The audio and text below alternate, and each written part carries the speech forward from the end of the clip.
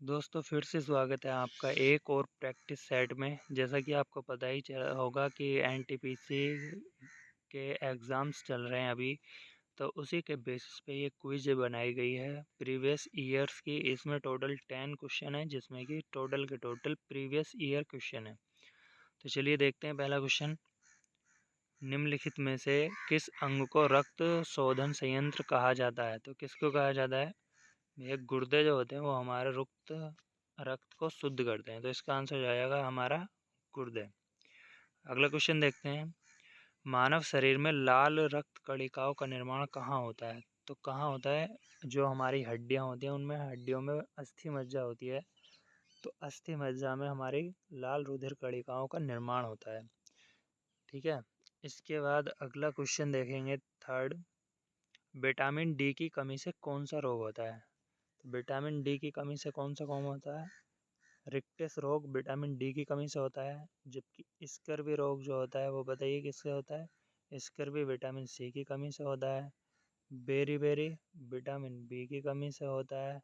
और जो एनीमिया होता है वो हमारा आयरन की कमी से होता है। किससे होता है? हमारा आयरन की कमी से। अगला क्वेश्चन देखेंगे, फोर्थ। श्वसन की प्रक्रिया में कौन सी गैस ग्रहण की जाती है? तो श्वसन की प्रक्रिया में जो गैस है वो हमारी ऑक्सीजन तो ग्रहण की जाती है और कार्बन डाइऑक्साइड बाहर निकाली जाती है। कार्बन डाइऑक्साइड बाहर और ऑक्सीजन अंदर। ठीक है, ये श्वसन की क्रिया में हमारी होता है। थायराइड ग्रंथि। थायराइड ग्रंथि कौन सा हार्मोन सिक्रेट करती है? Thyroid hormone. और जो घेंगा रोग होता है वो आयोडीन की कमी से होता है, जो कि हमारी थायराइड ग्रंथि इसमें बढ़ जाती है। ठीक है। अगला क्वेश्चन देखेंगे हम। मानव शरीर की सबसे बड़ी ग्रंथि कौन सी है? सबसे बड़ी ग्रंथि कौन सी है? तो सबसे बड़ी ग्रंथि हमारी यकृत। कौन सी है? यकृत। यकृत हमारा क्या स्रावित करता है? पित्तरस। क्या करता है ये स्रावित? पित्तरस। तो पित्तरस किससे निकलता है? हमारा यकृत से। लार ग्रंथि। लार ग्रंथि कहाँ पे होती है? मुख में पाई जाती हैं। और कितनी होती हैं ये होती हैं 3 जोड़ी। कितनी होती हैं ये? 3 जोड़ी। थायराइड ग्रंथि के बारे में भी हमने पिछले क्वेश्चन में डिस्कस ही करा था। आगे चलते हैं हम। अगला क्वेश्चन देखते हैं, क्वेश्चन नंबर 6। किस विटामिन को एस्कॉर्बिक एसिड कहा जाता है? बताइए किसे कहा जाता है? तो एस्कॉर्बिक एसिड विटामिन सी को कहा जाता है। ठीक है।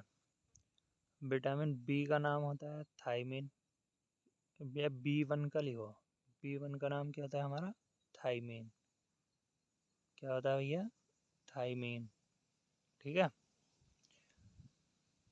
आगे देखते हैं अगला क्वेश्चन।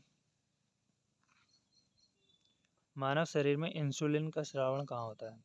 तो इंसुलिन का स्रावण अग्नाशय में होता है। और अग्नाशय में भी पूछ ले बेटा कहाँ पे होता है? तो अग्नाशय की जो बीटा सेल्स होती हैं, कौन सी? बीटा सेल्स, इनमें हमारा इंसुलिन का स्रावण होता है। यकृत से मैंने आपको अभी बता ही दिया, यकृत से हमारा पित्तरस होता है। ठीक है। क्या होता है? पित्तरस। पित्तरस किससे स्रावित होता है? हमारा यकृत से।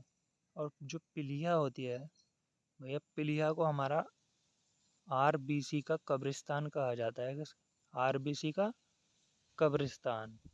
इसको लिख लेंगे आप, स्क्रीन पर आ नहीं पाएगा। कब्रिस्तान कहा जाता है। ठीक है। आरबीसी का कब्रिस्तान किसको कहा जाता है भैया? पीलिया को कहा जाता है। अगला क्वेश्चन देखेंगे। रक्त का कौन सा घटक जमावट में सहायक होता है? यानी कि जैसे हमारी चोट लग जाती है, तो चोट लगने के पश्चात खून को जमाने में या खून का थक्का बनाने में कौन सा महत्वपूर्ण घटक होता है जो हमारा खून का थक्का जमाता है? तो भैया प्लेटलेट्स जो होती हैं वो हमारे खून का थक्का बनाती हैं, यानी कि रुधिर का थक्का कौन बनाती है? प्लेटलेट्स। ठीक है भैया। अगला क्वेश्चन देखेंगे हम यहाँ पे। अगला क्वेश्चन, मानव हृदय में कुल कितने कक्ष होते हैं? तो भैया ये तो सबको पता है, कितने कक्ष होते हैं? 4। लेकिन अगर 2 किस पूछ ले तो किस में होते हैं भैया? 2 होते हैं हमारे मछली में। किसमें? मछली में कितने होते हैं? 2। 3 पूछ ले तो 3 जितने भी हमारे रेप्टाइल्स होते हैं, मगरमच्छ को छोड़ के जितने भी हमारे रेप्टाइल्स यानी कि उभयचर होते हैं, उसमें कितने होते हैं? उसमें होते हैं 3। उभयचर लिखेंगे यहाँ पर। और 5 तो भैया किसी में होते ही नहीं है, 5 तो गलत है। अगला क्वेश्चन देखेंगे, डेंगू बुखार किसके कारण होता है? डेंगू बुखार किसके कारण होता है? इसका जवाब आप लिख के देंगे, ये आपका HW है। कमेंट बॉक्स में लिखना इसका आंसर, ठीक है?